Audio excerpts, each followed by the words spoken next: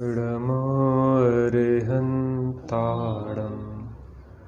नमो सिद्धाणं नमो आयर्याणं नमो अच्छायां नमो लोये सवशाहुणं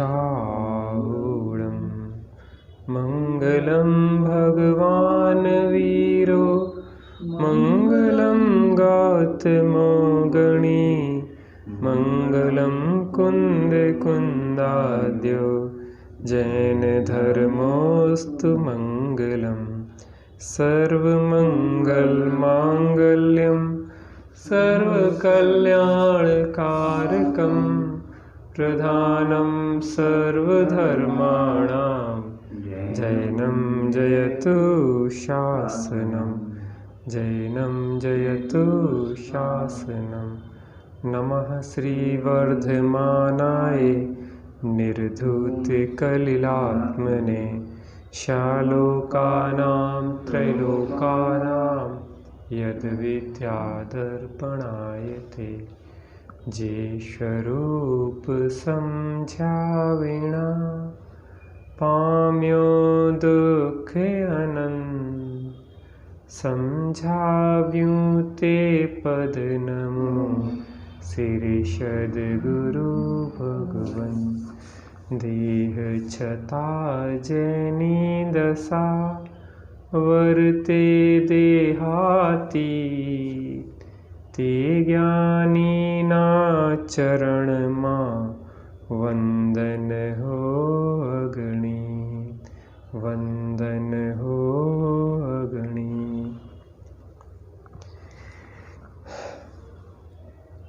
औषधि भवरोग की दो प्रकार की औषधि होती है। एक होती है शरीर की, दूसरी होती है आत्मा की। शरीर की औषधि शरीर के रोग को मिटाती है और आत्मा की औषधि आत्मा के भवरोग को मिटाती है। हमें अगर वास्तव में लगता है कि हमें संसार रूपी रोग है, हमें जन्म मरण रूपी रोग है, तो हमें इस भव रोग की औषधि जो ज्ञानियों ने बताई है उस औषधि का सेवन अवश्य करना चाहिए। कौन सी औषधि? भव रोग की। एक बार क्या हुआ, सनत कुमार मुनिराज जंगल में विराजमान थे। 700 वर्ष लगभग कोढ़ हुए हो गया था। एक देव परीक्षा करने आया। हुआ यूं कि देवों के बीच चर्चा हुई कि अगर दृढ़ता देखना है तो सनत कुमार महामुनिराज की देखो। एक देव को कौतूहल जागा और वह परीक्षा करने आया। जहाँ पे सनत कुमार मुनिराज विराजते थे वहाँ पे वह पहुँचा और उनके चारों ओर चक्कर लगाने लगा कि अगर किसी को कितना ही पुराना कुष्ठ हो तो मैं उसको क्षण मात्र में ठीक कर दूंगा। मुनिराज ध्यान में मग्न थे, लेकिन जैसे ही ध्यान भंग हुआ तो उनने उस वैद्य से कहा कि तुम क्या कह रहे थे? वैद्य ने कहा कि मैं कह रहा था कि किसी भी प्रकार का पुराना सा पुराना रोग हो मैं क्षण मात्र में ठीक कर दूंगा। महामुनिराज ने कहा मुझे एक रोग है। कौन सा रोग है? एक रोग है मुझे, भव रोग है, जन्म मरण का रोग है, जन्म जरा मृत्यु का रोग है। उसकी औषधि अगर तुम्हारे पास हो तो अवश्य बता दो। वह असली रूप में आ गया देव और उसने कहा कि भगवान उस रोग की औषधि तो आपके पास ही है। यहाँ पे अपन शरीर का रोग होता है, डॉक्टर वैद्यों को दिखाने चले जाते हैं। शरीर का रोग ठीक भी हो जाए तो व्यक्ति सुखी नहीं होता। हो जाता क्या? नहीं होता। लेकिन अगर भव रोग ठीक हो जाए तो जीव सदा सदा के लिए ठीक हो जाता है, स्वस्थ हो जाता है। श्रीमद् राजचंद जी परम वैरागी हुए हैं, गृहस्थ साधक हुए हैं। उन्होंने साधर्मियों के लिए बहुत सारे तात्विक चर्चामय पत्र लिखे हैं, बहुत सारे उनके वचन हैं, और एक उनकी पुस्तक कहें या ग्रंथ कहें, आत्मसिद्धि, जिसमें समस्त जनागम का सार भरा हुआ है, बहुत उपकारी हुए हैं। वह मुमुक्षु लोगों के लिए जो मोक्ष के इच्छुक हैं, सुखी होने के इच्छुक हैं, उनके वचनों का एक संकलन, एक पुस्तक है औषध भवरोग की। उसके आधार पर अपन यहाँ पे चर्चा करेंगे। प्रथम अपन भूमिका देखते हैं। सार्थक्य। गहन जंगल में दावानल सुलग उठे। दावानल जानते? आग लग गई जंगल में भयंकर। एक बड़वानल होता है, एक दावानल होता है। बड़वानल लगता है समुद्र में और दावानल होता है जंगल में। तो एक सघन जंगल था, उसमें दावानल सुलग उठे और अनेक प्राणी जल मरे। क्या होगा उस जंगल में? जो प्राणी होंगे वो जलने लग जाए। तापाग्नि में सिक कर अपार पीड़ा प्राप्त करें। जब चारों ओर जंगल जल रहा है और जो उससे गर्मी तपन उठ रही है, उससे क्या हो रहा है? सिक रहे, सिक के मर रहे हैं, जल जल के मर रहे हैं। उसी प्रकार अनंत जीव इस संसार में आदि व्याधि और उपाधि के अनंत प्रकार के दुख भोगते हुए अनादि से चारों गतियों में परिभ्रमण कर रहे हैं। जिस प्रकार से जंगल में लगी आग से प्राणी सिक सिक के जल जल के मर रहे हैं, वैसे ही हम संसार रूपी वन में, जहाँ पे हमें आदि व्याधि और उपाधि के रोग लगे हुए हैं, और उन आदि व्याधि रूपी अग्नि से सिकते हुए, पीड़ित होते हुए हम क्या कर रहे हैं? 484 लाख योनियों में परिभ्रमण कर रहे हैं। कितनी गति है? 84 लाख योनियों में परिभ्रमण कर रहे हैं। यदि ऐसी अपार वेदना से थकान का अनुभव हुआ हो, क्या करें? ऐसी अपार वेदना से थकान का वेदना है कि नहीं है अपन को? कोई काहे की? भवरोग की लगती है कि नहीं? लगती इतने शब्दों में पढ़ लेते हैं। कब लगेगी? कैंसर हो जाए किसी को तो उसके लिए अपन क्या होते हैं? उपचार करते, तत्परता से उपचार करते डॉक्टर। लेकिन भवरोग के लिए है कोई अपने लिए? यदि ऐसी अपार वेदना से थकान का अनुभव हुआ हो, उस सुख की अभिलाषा होने पर भी सुख का उपाय कहीं प्राप्त ना होता हो, तो भवरोग की इस औषधि को एक बार ग्रहण करके देखो। अगर संसार रूपी रोग से पीड़ित हैं और हमें अगर ऐसी तपन का अनुभव हो रहा है, दुख का अनुभव हो रहा है, वेदना का अनुभव हो रहा है, तो ज्ञानी जन कह रहे हैं, आचार्य देव कह रहे हैं कि एक बार इस भवरोग की औषधि को लेके देखो। कौन सी औषधि को लेके देखो? भवरोग की औषधि को एक बार ग्रहण करके देखो। सत का संशोधन करके, प्राप्त करके, सुख का अनुभव करके, सत्पुरुष अपार करुणा करके जीवों को सुख का मार्ग बताते हैं। पहला है सत। सत माने सत्ता स्वरूप वस्तु। विश्व में जाति अपेक्षा 6 सत्य हैं: जीव, पुद्गल, धर्म, अधर्म, आकाश और काल। और संख्या अपेक्षा अनंतानंत सत्ताएं हैं। तो ज्ञानी क्या करते हैं? सत्य का संशोधन करते हैं, अर्थात सत्य को खोजते हैं, सत्य का उद्घाटन करते हैं, सत्य को प्राप्त करते हैं। क्या करते हैं? सत्य को प्राप्त। उस सत्य को पहले समझा, फिर क्या किया? उस सत्य का उद्घाटन किया, अर्थात उसको अपने जीवन में प्राप्त किया और सुख का अनुभव किया। जब सत्ता स्वरूप अपनी स्वरूप का श्रद्धा, ज्ञान और स्थिरता होगा तो क्या होगा? आनंद होगी। तो पहले सत्य का संशोधन किया, अर्थात खोज की, फिर उस सत्य को अपने जीवन में लाए और फिर उसके बाद क्या किया, अन्य जीवों को जो सत्य की प्राप्ति के इच्छुक हैं उन्हें उस रहस्य को बताया। इन पथदर्शक वचनों को शारीरिक रूप से अस्वस्थता और पीड़ा अनुभव करते हुए भव्य जीव एकाग्रता से सुनकर, समझकर, विचार कर, अंतर श्रद्धा में अवधारण कर सुख का मार्ग शीघ्र पकड़ें, वो ही वास्तविक प्रयोजन सिद्धि और वो ही सच्चा सार्थक्य है। देखो, अनुकूलताओं में तो सब अच्छा लगता है, लेकिन जब प्रतिकूलताएं आती हैं जीवन में तो व्यक्ति को धर्म की खोज होती है, क्योंकि अनुकूलताओं में तो सब कुछ अच्छा लगता है, और जब रोग आदि पीड़ा आ रही हो, जब शरीर छूटता हुआ दिखाई दे रहा हो, दुख दरिद्रता आ रही हो, रोग आदि ऐसे हो गए हों कि अब उसको जाते हुए दिखाई नहीं दे रहे हैं, तो क्या होता है, उस समय व्यक्ति विचलित हो जाता है, उसको साहस नहीं रहता, धैर्य नहीं रहता। तब कौन सा ही होता है, यह जिन वचन। तो जब बहुत प्रतिकूलताएं हों, अनुकूलताओं में तो धर्म हमें सुहाता नहीं है, प्रतिकूलताओं में व्यक्ति को कुछ संसार शरीर भोगों से विरक्तता सी होती है। ऐसे में अगर जिन वचन मिल जाएं तो व्यक्ति क्या करता है, अपने जीवन को सार्थक करके उस सत्य की खोज में निकल सकता है। तो ऐसे जीव के लिए यह पथदर्शक होगी पुस्तक, अर्थात सही मार्ग को प्रशस्त करेगी।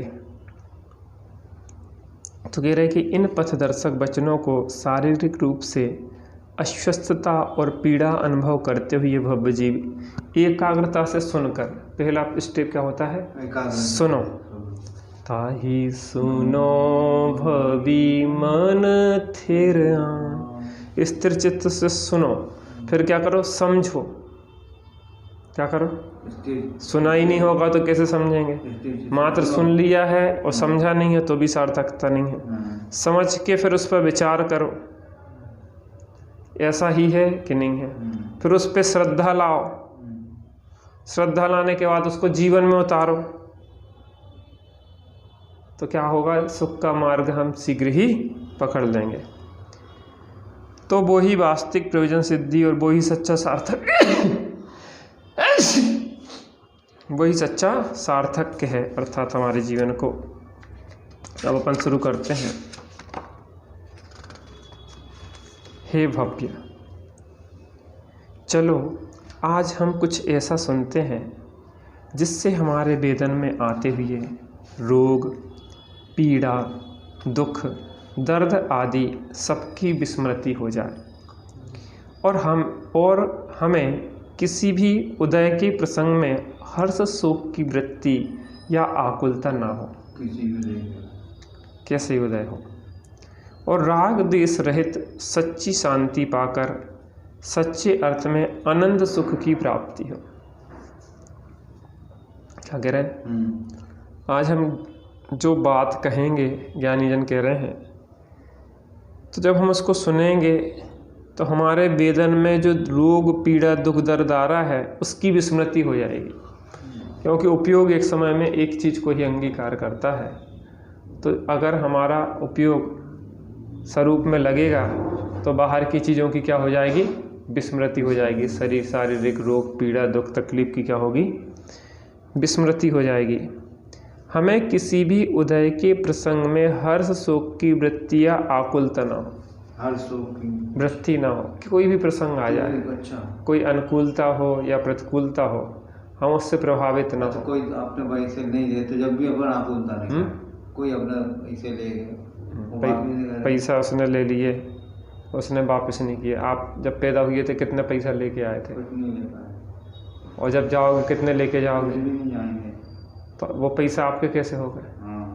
ये सब व्यवहारिक व्यवस्थाएं हैं पैसा आने जाने की, और ये सब उदयाधीन है। अपना उदय बुरा हो तो नहीं आएंगे, उदय अच्छा हो तो सहज प्राप्त हो जाएंगे। आपके बाबूजी ने सहज रूप से आपकी व्यवस्था कर दी, उनने करी कि आपके उदय ने करी, उदय ने करी, व्यवहार से कहेंगे तो उनने करी, लेकिन वास्तव में अंतरंग निमित्त क्या है, अपना उदय है। अब मान लो कुछ लोगों ने पैसा खा भी लिए तो वो भी आपका उदय है, माने जो मिला है वो भी आपके पुण्य के उदय से मिला, जो गया है वो पाप के उदय से गया है। अपना लेके आए थे ना लेके जाएंगे। तो जो भी परिस्थिति है तत्व विचार करके ऐसी परिणति बनाए कि उसमें हम हर्ष और शोक को प्राप्त ना हो। हर्ष शोक की वृत्ति या आकुलता ना हो, राग देश रहित सच्ची शांति पाकर सच्चे अर्थों में अनंत सुख की प्राप्ति करें। जहाँ राग और द्वेष है, राग और द्वेष के द्वंद्व है, वहाँ पे आकुलता है, और जहाँ वीतरागता है वहाँ निराकुलता है। तो हमारी परिणति किसी भी स्थिति में इन राग द्वेष के द्वंद्वों में न फंसे। क्या में न फंसे? राग द्वेष के द्वंद्व में नहीं, राग द्वेष के द्वंद्वों में न फंसे, और क्या हो, हमारा जीवन वीतरागता है।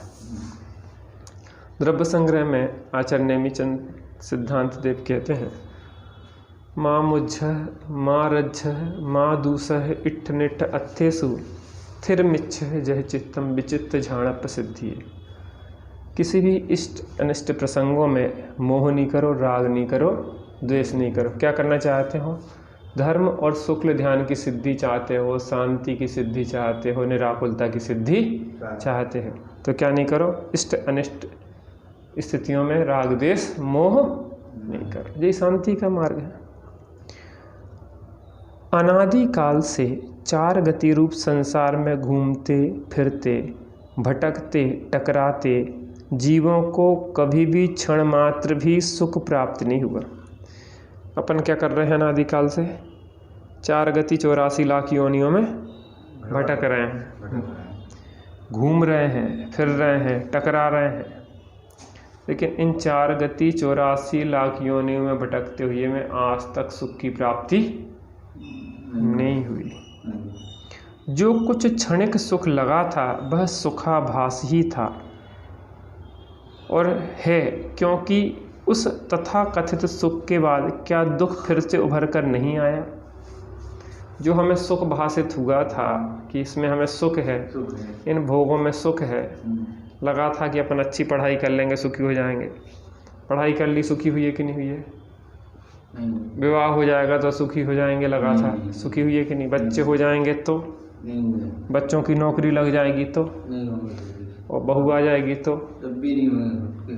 फिर वो तो स्वयं के आश्रय से ही सुखी होंगे। तो यहाँ यही कह रहे हैं, क्षण मात्र भी सुख प्राप्त नहीं हुआ। जो कुछ क्षणिक सुख लगा था वह सुखाभास ही था, सुख नहीं था। वो क्या था? सुखाभास। जैसे कुत्ता हड्डी चबाता है, उसको लगता है कि जो रक्त काय में से आ रहा है, हड्डी में से। ऐसे ही हमें लगता है कि 5 इंद्रिय के विषय भोगों को भोग के हम सुखी हो रहे हैं, लेकिन सुख उसमें नहीं आता है। सुख तो क्या है? आत्मा का स्वभाव है। सुखी होने के नाम पे हम पर का आश्रय लेते हैं, लेकिन सुखी तो नहीं होते, अभी तो दुखी ही हो जाते हैं। क्योंकि उस तथा कथित सुख के बाद क्या दुख फिर से उभर कर नहीं आया? फिर दुखी के तो नहीं हो गए, क्योंकि भूख लगी थी, भोजन किया तो लगा कि सुखी होगा, लेकिन थोड़ी देर बाद फिर भूख लगी तो फिर दुख। प्यास लगी थी, पानी पी लिया, थोड़ी देर बाद फिर प्यास लग गई, तो क्या थोड़ी देर बाद फिर से दुखी नहीं हो जाते? सामान्य रूप से अनुकूलता के समय वह दुख ख्याल में नहीं आता। अनुकूलताएं हो सामान्य रूप से तो वो दुख क्या होता है? ख्याल में नहीं आता है। परंतु देह में जब रोग की उत्पत्ति होती है, वृद्धावस्था आती है और इंद्रियां शिथिल होने लगती है, मृत्यु की घड़ी नज़दीक आई दिखाई देती है, तब देह में अत्यंत प्रीति होने के कारण दुख का कष्टजनक अनुभव होने लगता है। विचार करो, कल्पना करो आप। सामान्य रूप से तो समझ में नहीं आता दुख, लेकिन जब तीव्र कर्म का उदय आता है पाप का, तो क्या होता है? जब देह में कोई बड़ा रोग हो जाए, और क्या हो जाए? वृद्धावस्था आ जाए, इंद्रियां क्या होने लग जाए? शिथिल होने लग जाए, मृत्यु की घड़ी नज़दीक आ जाए, तो देह में एकत्व ममत्व होने के कारण जीव क्या होता है? तीव्र दुखी होता है, संक्लेशित होता है। हाय हमें निकाल लो, हाय हमें बचा लो, हाय हमें बचा लो। जब विशेष तीव्र पाप का उदय होता है तो व्यक्ति आकुल व्याकुल हो जाता है। तब देह में अत्यंत प्रीति होने के कारण दुख का कष्टजनक अनुभव होने लगता है। अभी तक कहे जाने वाले सांसारिक सुखों और दुखों के समय अर्थात साता असाता के उदय के समय अनंत कर्मों का उपार्जन करके हम दुखों का पहाड़ खड़ा कर देते हैं। और जब ऐसा पाप का उदय आता है तो क्या करते हैं हम? और आकुलता करते हैं। व्याकुल का फल व्याकुलता है। क्या करते हैं? जब पाप का उदय आता है तो हम क्या करते हैं? पहले ही पाप का उदय था और उस वर्तमान में पाप का उदय आने से क्या होता है? नवीन कर्मों का हम उपार्जन करने लगते हैं। नवीन कर्मों का उपार्जन करते हैं तो उससे क्या होता है? नए पाप बन जाते हैं। माने आकुलित व्याकुलित हुई है तो नए कर्म बंध है, भविष्य के लिए दुख के बीज। अभी तो मोह है।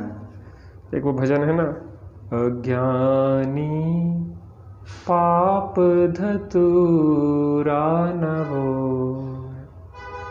फल चाखन की बार भरे द्रग, फल चाखन की बार भरे द्रग, मरी है मूर्ख रोए अज्ञानी पाप धतूरा न हो।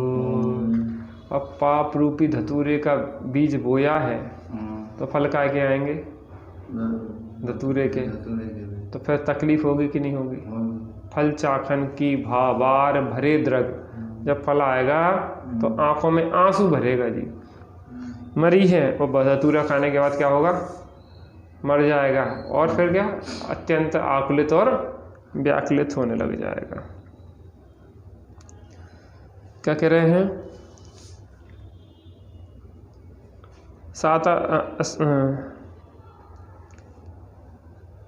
प्रीति होने का दुख का कष्टजनक अनुभव होने लगता है। अभी तक कहे जाने वाले सांसारिक सुखों और दुखों के समय अर्थात साता असाता के उदय के समय अनंत कर्मों का उपार्जन करके हम दुखों का पहाड़ खड़ा कर लेते हैं। जैसे कोई के ऊपर कर्जा हो, लाख का कर्जा हो, कर्जदार अगर मांगने आए तो दूसरे से 1.25 लाख लेके उसका चुका दे। कर्जा बढ़ेगा कि घटेगा? बढ़ेगा। तो कर्जा का क्या करना चाहिए? धीरे धीरे चुकाते जाना चाहिए, जिससे पूर्व का कर्जा चुक जाए और नया कर्जा नहीं बढ़े। अब इस भ्रमजालमय जगत की उपेक्षा करने का समय आ गया है। ये संसार कैसा है? भ्रमजाल है, मृग मरीच का है। जैसे हिरण होता है ना रेगिस्तान में पानी, तो वहाँ क्या लगता है उसको? चमक में देखता पानी, रेता और सूप की चमक के कारण क्या लगता है? पानी भरा है, तालाब सरोवर है कोई। और जल नहीं पावे प्राण गमावे, भटक भटक मरता, और वस्तु पराई माने अपनी भेद। जल तो नहीं पाता है और प्राणों को गमा देता है। जल नहीं पावे प्राण गमावे, भटक भटक मरता रहता। तो दुखों का कहा पहाड़ यह खड़ा कर देता है। अब इस भ्रमजालमय जगत की उपेक्षा करने का समय आया है। काल्पनिक सुखों या दुखों की उपेक्षा करके मुक्ति के वास्तविक अनंत सुख में जाने की यात्रा का प्रारंभ करने का अपूर्व अवसर आया है। काल्पनिक जो सुख हैं या दुख हैं इंद्रिय जनित, उनकी क्या करना है? उपेक्षा करना है कि वास्तव में ये जो सुख लग रहा है वो भी दुख है। श्रीमद जी का ही अपूर्व आता मूल्य तत्व विचार में, बह सुख सदा ही त्याज रे, पश्चात जिसके दुख भरा। बस सुख ही भी वास्तव में त्याज है, छोड़ने योग्य है, जिसके बाद दुख भरा हुआ होता है। मुक्ति के वास्तविक अनंत सुख में जाने की यात्रा का प्रारंभ करने का अपूर्व अवसर आया है। दुखों का अभाव करना है और अनंत सुख की यात्रा का प्रारंभ करना है। अब हम अमर भये ना मरेंगे, तन कारण मिथ्यात्व दियो तज, तन कारण मिथ्यात्व दियो तज, क्यों कर देह धरेंगे, अब हम अमर भये ना मरें। यानी क्या कहते हैं, अब हम क्या हो गए हैं, अमर हो गए, अब हम मरने वाले। आज कुछ समझ में आने योग्य क्षमता प्रकट हुई है। अब हम क्या हैं, सेनी पंचेंद्री मनुष्य पर्याय में, काय में है, काय में है अपन, सेनी पंचेंद्री मनुष्य पर्याय में है। कुछ सोच समझने की सामर्थ्य है। जब मन प्रकट हो जाता है तो व्यक्ति हित अहित का निर्णय कर सकता है, सम्यक दर्शन कर सकता है, आत्मा का कल्याण का मार्ग प्रशस्त कर सकता है। और हमारे पास तो सर्वोत्कृष्ट मनुष्य पर्याय है। इसमें तो हम वर्तमान में पूर्ण संयम अंगीकार करके, मुनि दशा अंगीकार के अपने आत्मा का कल्याण कर सकते हैं। आज को समझने में आने योग्य क्षमता प्रकट हुई है। क्या है क्षमता? अभी हमारे अंदर इतनी क्षयोपशम है ज्ञानावरणी कर्म का, इतना क्षयोपशम है कि हम सही गलत का निर्णय कर सकते हैं। तो फिर अब बार बार आने वाले इन दुखों के आवागमन और भुगतान को रोककर कुछ ऐसा अपूर्व कार्य कर लें जिससे दुखों का आत्यांतिक नाश हो और अनंत काल तक मात्र सुख का ही अनुभव होता रहे। क्या करें? दुख का नाश। वह मार्ग पाया है कि जिसके बाद दुख ना, वह मार्ग पाया है कि जिसके बाद मार्ग ना, वह सुख पाएंगे कि जिसके बाद दुख ना। जिसका ना हो अभाव वह प्रभु तिलहूँगा, नरभव मिला है मैं अपूर्व कार्य करूँगा। पाया जिन शासन अब भव का अभाव करूँगा। वह मार्ग पाया है कि जिसके बाद कोई मार्ग नहीं है, मुक्ति का मार्ग पाया है। वह सुख पाएंगे कि जिसके बाद कभी दुख आने वाला नहीं है।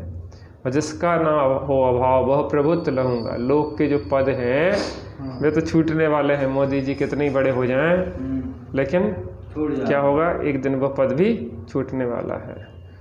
5 साल हो जाएं, 10 साल हो जाएं, 15 साल हो रह जाएं, लेकिन फिर उसके बाद छोड़ना तो पड़ेगा। लेकिन एक ऐसा शाश्वत पद है। कौन सा पद है वो? मोक्ष पद है, जो एक बार प्राप्त होने के बाद छूटता नहीं है। अपन को पाना कि नहीं पाना? तो ऐसे मोक्ष पद को हमें पाना है। उसके लिए क्या कर रहे हैं कि दुखों का आत्यंतिक नाश हो और अनंत काल तक मात्र सुख का ही अनुभव हो। क्या हो? दुख का नाश हो, अनंत काल तक के लिए क्या है? सुख का ही अनुभव हो। मुमुक्षु जनों को दुख मिटाने का रामबाण इलाज बताते हुए श्रीमद् रामचंद्र जी कहते हैं, जे स्वरूप समझा वीणा, पाम्यो दुख अनंत, समझाव्यों ते पद नमो, श्री सद्गुरु भगवन, श्री सद्गुरु भगवन। श्रीमद् जी कहते हैं कि जिस स्वरूप को समझे बिना मैंने आज तक अनंत दुख पाए हैं। किस स्वरूप को समझे बिना? अपने आत्मा के स्वरूप को, सच्चे आत्मिक स्वरूप को समझे बिना मैंने क्या किया है आज तक? कितने दुख पाए हैं? अनंत दुख पाए हैं। समझाव्यूं ते पद नमो, जिन सद्गुरुओं ने समझाया है मैं उनके चरणों को बार बार नमस्कार करता हूँ। समझाव्यूं ते पद नमो श्री सद्गुरु भगवान। ऐसे सद्गुरु और ऐसे भगवानों के चरणों में मैं बार बार नतमस्तक होता हूँ। बंधन तुम्हें अनंत,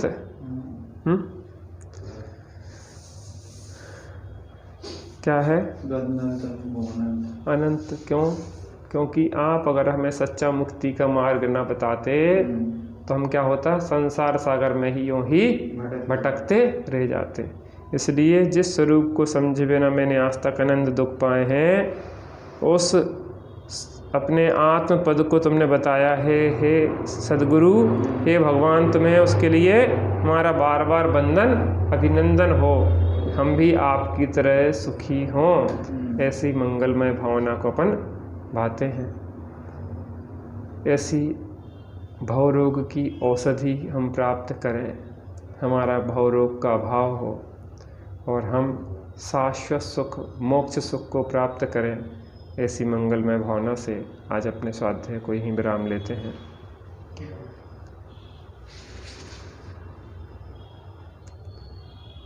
सहजानंदी शुद्ध स्वरूपी अविनाशी हूँ आत्मस्वरूप।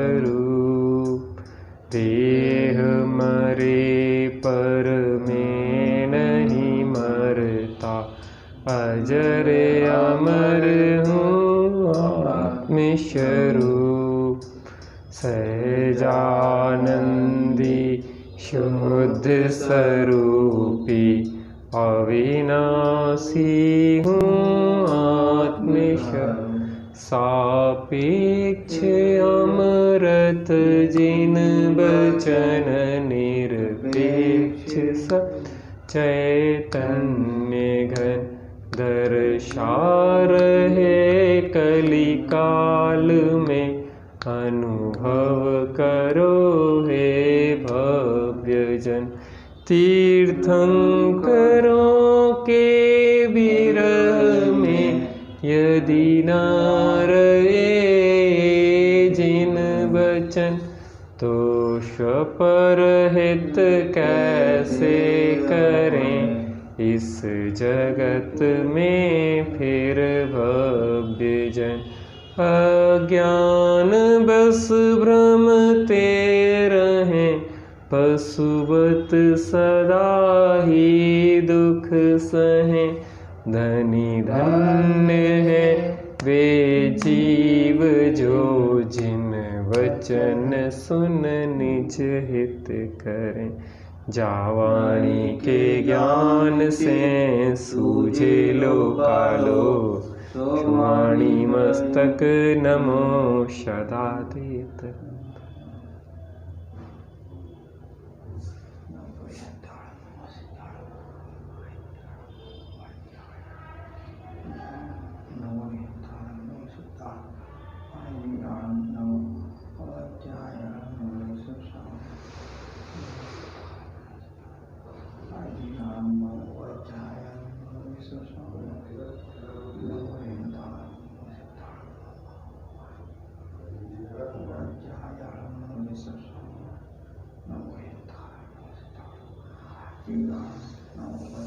द्वादश जिनवाणी माता की जय, महाजैन धर्म की जय, पंच परमेष्ठी भगवान की जय।